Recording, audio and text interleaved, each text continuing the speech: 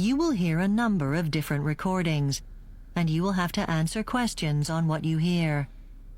There will be time for you to read the instructions and questions, and you will have a chance to check your work. All the recordings will be played once only.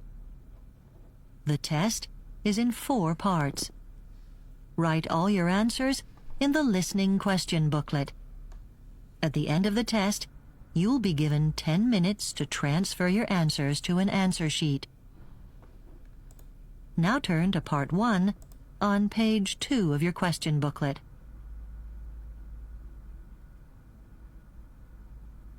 Part 1. You will hear a telephone conversation between a man looking for information on registering his child for school and a school district employee. First, you have some time to look at questions 1 to 6.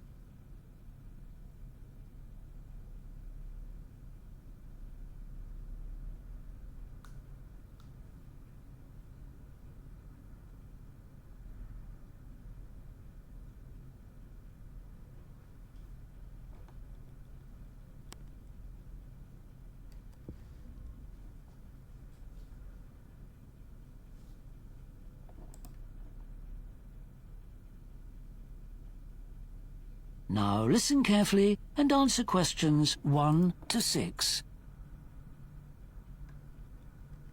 Good afternoon, Lemon Grove School District. Hi, I'm calling for information on school registration. I think my son should attend one of the schools in your district. What grade will your son be entering? He just turned 5. He'll be starting school this year. Oh, okay. One moment, please. I'll get the information for kindergarten registration. Okay, thank you. Can you give me your address? Yes, it's 7418 DiMarino Street. Okay, thanks. Yes, at that address, your child should attend Monterey Heights Elementary. Can you spell that, please? Yes, it's Monterey Heights. Great. So, how do I register him? We have registration at each school site Monday through Thursday from 9 to 1. Oh, no, sorry, 1:30. You'll need to pick up a kindergarten registration packet from the school beforehand, though. It has all the forms you'll need to fill out. Can I pick up the packet anytime? Sure. The school office is usually open till 3:30 in the afternoons. Oh, no. I can't really get there that early. Well, the school has late office hours until 4 on Thursdays, or I think you can pick up a packet in the school library any day before 5. Oh, okay. I'll stop by there someday this week then, before 5. Can you tell me what forms we'll need? I'm sure you need his...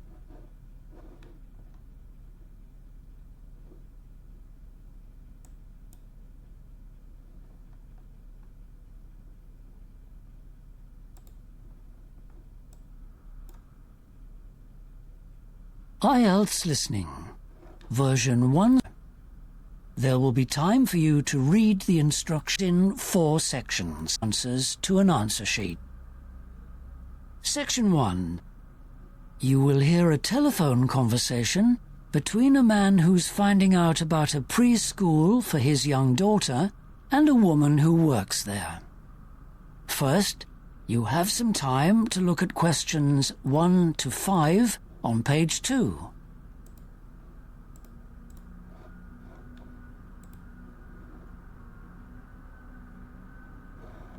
For you.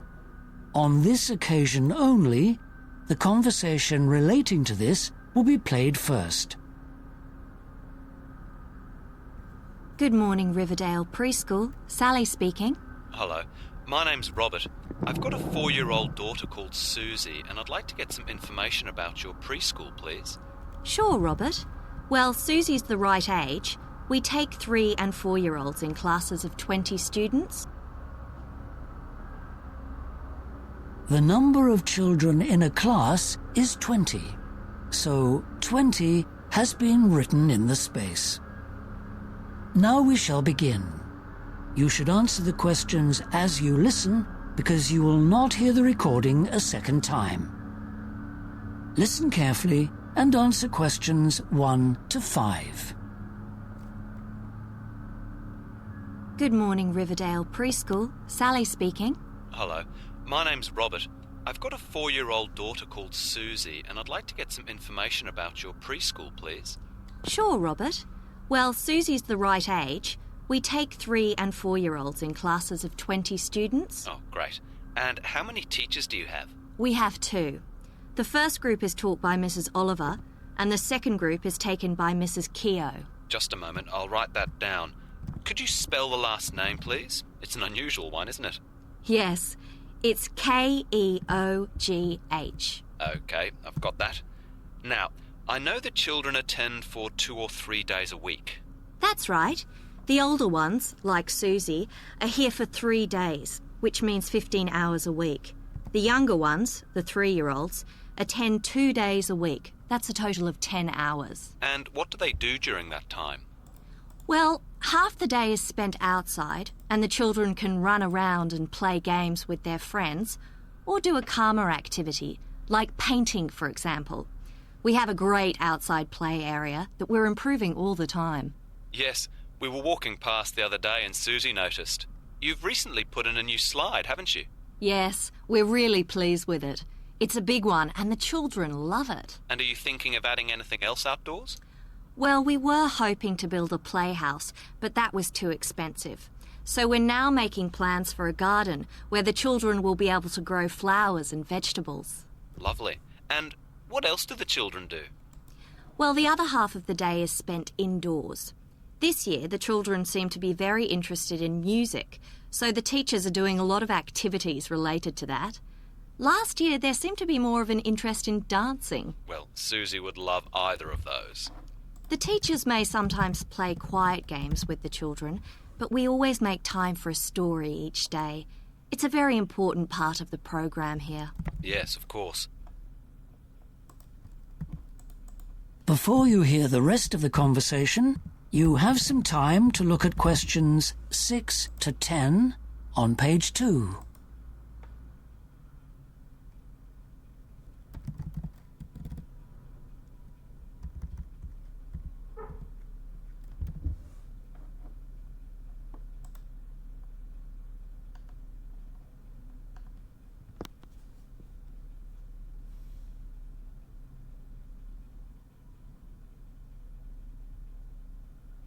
Now listen and answer questions 6 to 10.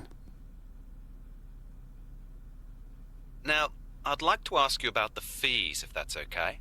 Sure. We actually had to put them up this term, I'm afraid. Yes, I heard from a friend of mine that it used to be $420 for the term, but it's just gone up to $470. Is that right? Yes, we had to add the extra $50 to cover costs. Things got a lot more expensive last year. I understand. And I think the fees are still quite reasonable. Another school I've spoken to charges $500 per term. Oh, really? My friend also told me that his daughter went on a trip to the local zoo and that the cost of that was covered in the fees. Is that right? Yes, we did that last year, but we'll be going to a farm this year instead. We vary it, so, for example, we may go to the theatre next year. Okay, it sounds like fun. Also included in the price is membership of a special library. Children can borrow a toy and keep it for a week and choose a different one the following week. It's very popular. What a great idea. We would certainly make use of that system if we enrol. Now, is there anything else I should know? Well, the children have a rest here during the day, and we make up a little bed for them with sheets and blankets. But we advise parents to pack a pillow in the child's bag, as we don't provide one. Okay, I'll make a note of that. So, what should I do if I want to come and look around the school during the day and meet the staff? The best thing is to call the teacher on the classroom mobile, and she'll tell you which time is best to visit. Shall I give you the number? Yes, please.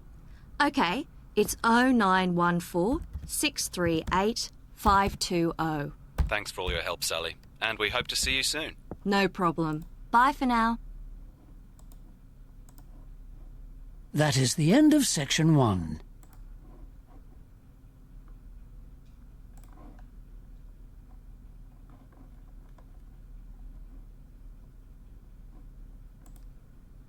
While they're studying,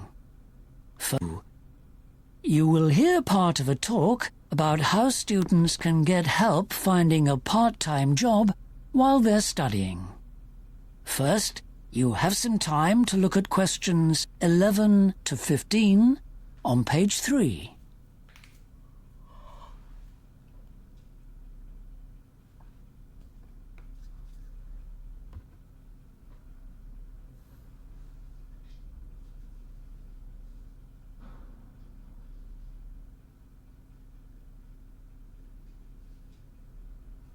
Now listen carefully and answer questions 11 to 15. Hi, thanks for coming along. My name's Marissa, and I'm going to tell you a bit about finding part-time jobs. Not everybody wants to work when they're studying, and as this is your first year, you may feel that you've quite enough to do as it is. But you may change your mind or find that you need to earn some extra cash. However, if you are a student from overseas, there may be particular conditions attached to working in this country, so you should check with the staff at the center before applying for a job. Right. Now, the university has its own job center on the campus. Well, actually, it's not on this main Hillston campus. It's based in the Student Services Building on the campus called Woodside, spelt WOODSIDE. The center works on a drop-in basis, which means that you don't have to make an appointment. It's open 6 days a week, Monday to Saturday, and 9 hours a day from 10 in the morning until 8 at night. The center is run by other students, but a professional employment lawyer is on hand every Tuesday if you want any advice about your job. There may be a queue, in which case you will have to wait, so make sure you allow plenty of time. Part-time jobs become available almost every day, and they are advertised on the university website, which you can access through the library if the computer center is closed. You should check things daily, and if you see a job which interests you, call in at the center. Before you hear the rest of the talk, you have some time to look at questions 16 to 20 on page 4.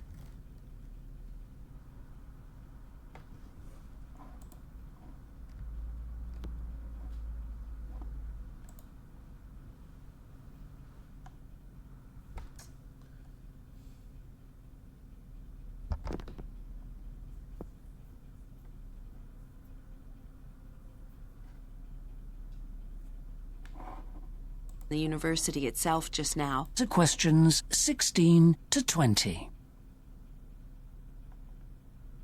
There's a good variety of jobs on offer in the university itself just now. For example, they're looking for people to check that all the vehicles using the university car parks have got up-to-date permits. Office jobs rarely come up, but in future the university is hoping to be able to offer jobs in the IT center. There are also recruitment open days, which are held regularly during the year, when local employers come into the university to recruit students for part-time work within their company. These 2-day events are scheduled well in advance each term and are advertised in the usual places. Of course, part-time work is useful to supplement your income, but it's also a valuable way of building up an employment record that reflects your skills and capabilities.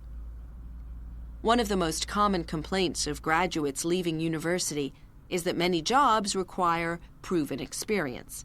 So those applicants who have evidence of part-time work on their CV often have an advantage. The Job Center advertises jobs which will give you skills such as using word processing packages, spreadsheets, or supervisory skills. So, if you have to work, use the opportunity to develop skills which will help you secure a job in the future.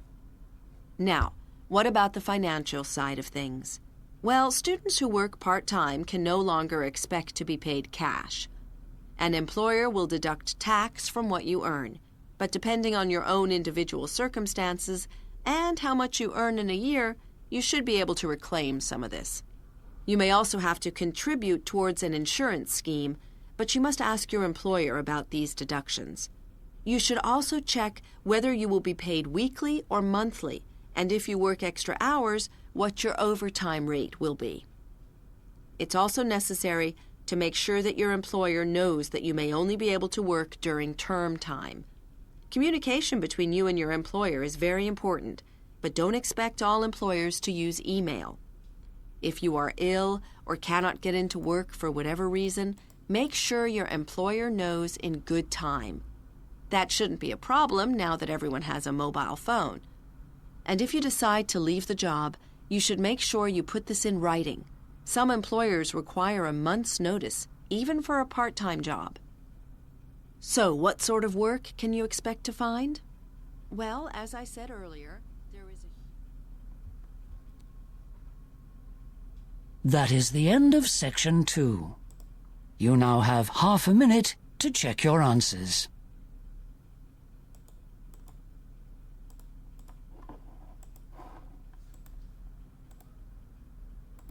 Section 3. Uta. First, you have some time to look at questions 21 to 26 on page 5.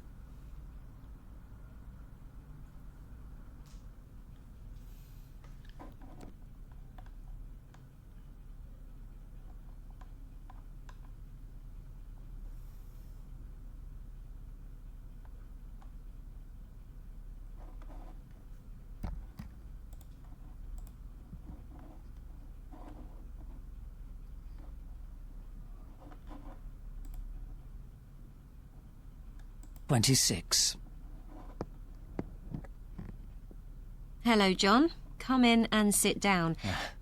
You're here to discuss your research project, are you? Yes, I've more or less decided what to do, but I'd like your opinion. Fine. You've chosen a topic? Yes. I want to look at how people use public services in their local area. Things like parks and swimming pools. Right. Well, the kind of information you'll get is very useful for town planning, of course. Do you have a special interest in public services? Not really. It's just that I found a report in the college library about an investigation that was done 10 years ago, and I thought it'd be interesting to do a parallel one. 10 years is a relatively short space of time. What do you expect to find? Do you think things will be more or less the same as before? I think there'll be some differences. For example, I think the number of people going to the library will have decreased. And I'd guess that older people are using the sports centre more often than they used to. Fine. So those are your hypotheses. Now, what sort of data are you going to use? I was thinking of using official records from the management or the local council and analysing them. They should be easy to obtain. I don't think that sort of information would be confidential. Yes, you're probably right.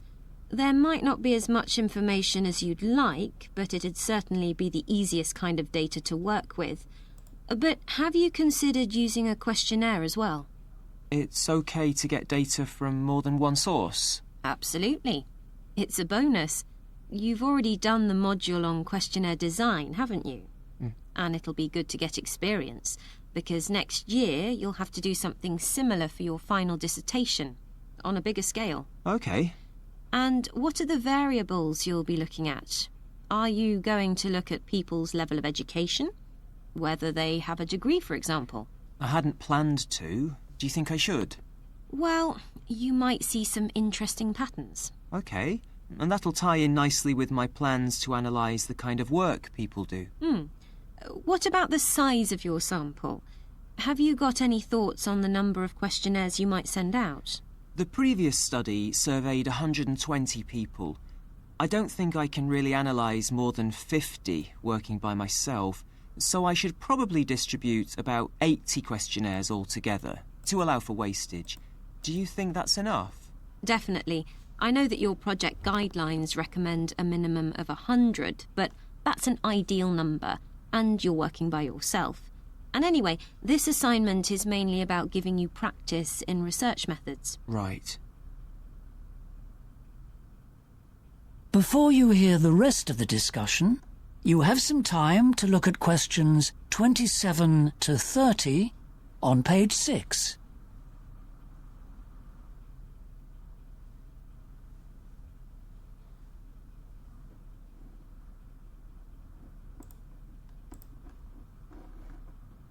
27 to 30.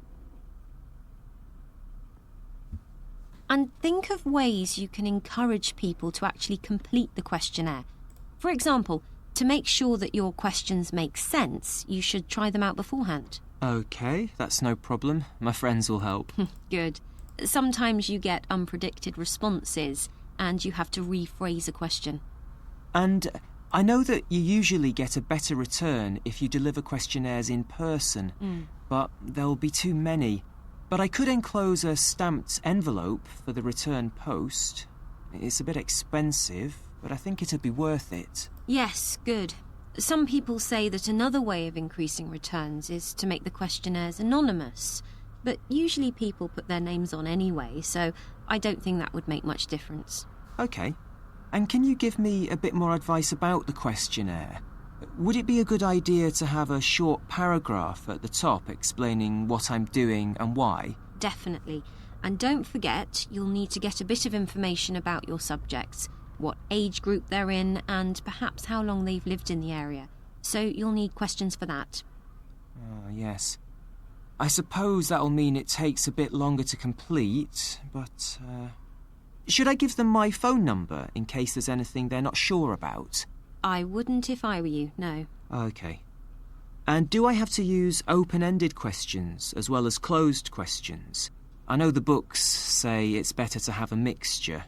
Well, it depends. In this case, I'd stick to closed questions. The results will be much more manageable like that. If I draft some questions tomorrow, would it be OK to bring them... That is the end of section 3. You now have half a minute to check your answers.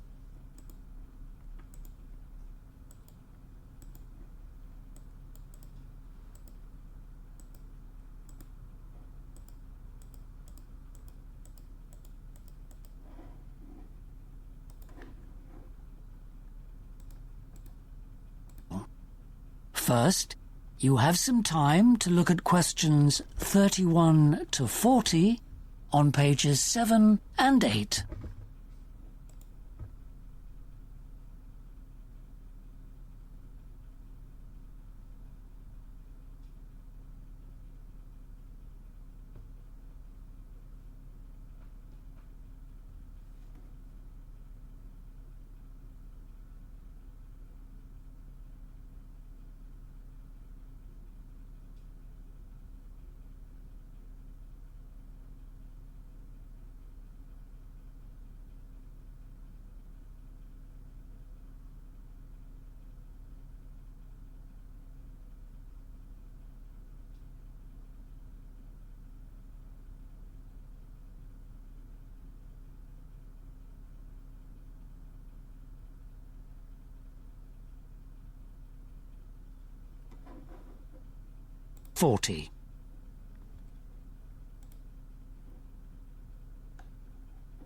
Now listen carefully and answer questions 31 to 40. Hello, everyone. I have an exciting announcement to make. The university has decided to enter an international competition next year, and we are going to need some enthusiastic undergraduates to help us with the project. The competition is to make an automated vehicle, a kind of robot that will be able to move quickly and accurately on its own. All the vehicles will then enter a race which will take place here in the U.S. So the engineering school will be collaborating with the computer science department and possibly the automotive design department, although that's yet to be confirmed.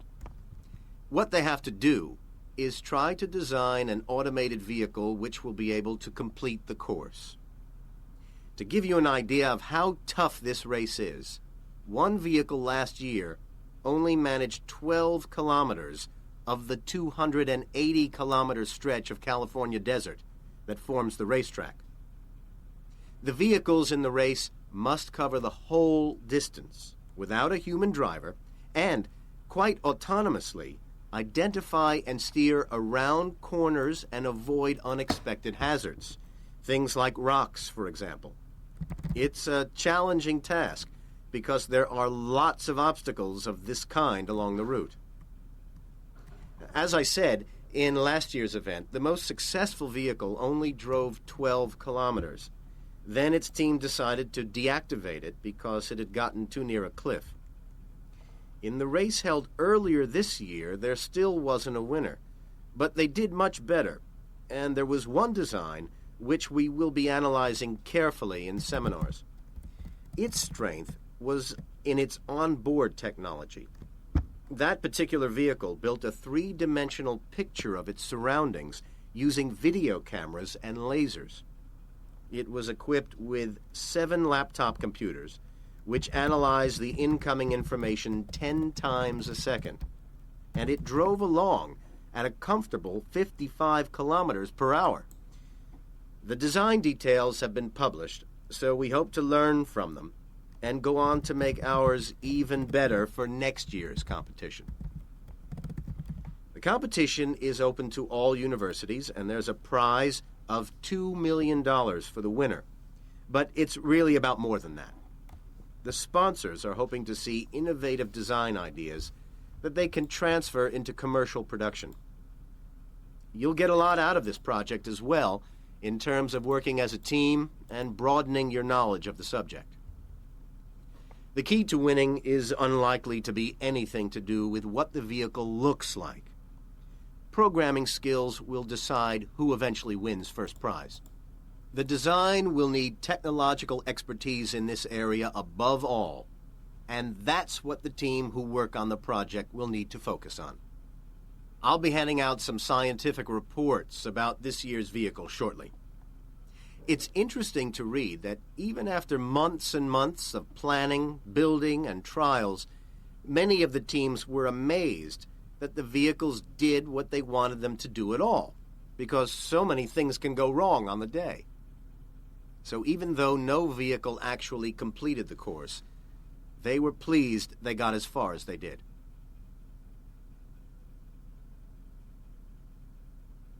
Right. If any of you are interested, this is the plan of action. Keep an eye on the main notice board for details. Firstly, at the beginning of May, we'll be scheduling a seminar to introduce the project to anyone who might be interested. Later in the month, we'll be asking you to submit a short essay, letting us know why you feel you should be chosen to take part in the project. You'll need to tell us about any particular skills that you have and can bring to the team, and any experience you may have had in the field. Then, in June, we're organizing a trip to a factory to chat over some design considerations with specialists there who have kindly agreed to act as consultants throughout the project. Then, at the beginning of the next semester in September, we thought we'd hold a weekend workshop to share ideas and see computer-aided design demonstrations. We have a brand new package which sponsors have kindly financed. You'll need to be able to use it with confidence before we start. In December, we'll be asking you to submit your outline designs, and the following month, we'll choose the team and start work in earnest. Okay, it sounds like a lot of fun, but it will also require serious commitment. So please think this through carefully. In December, we'll be asking you to package, which sponsors have kindly financed. Workshop to share ideas and see computer-aided design demonstrations. We have a brand new package, which December, we thought we'd hold a weekend workshop to share ideas and see computer-aided design demonstrations.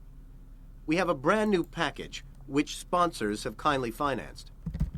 You'll need to be able to use it with confidence before we start.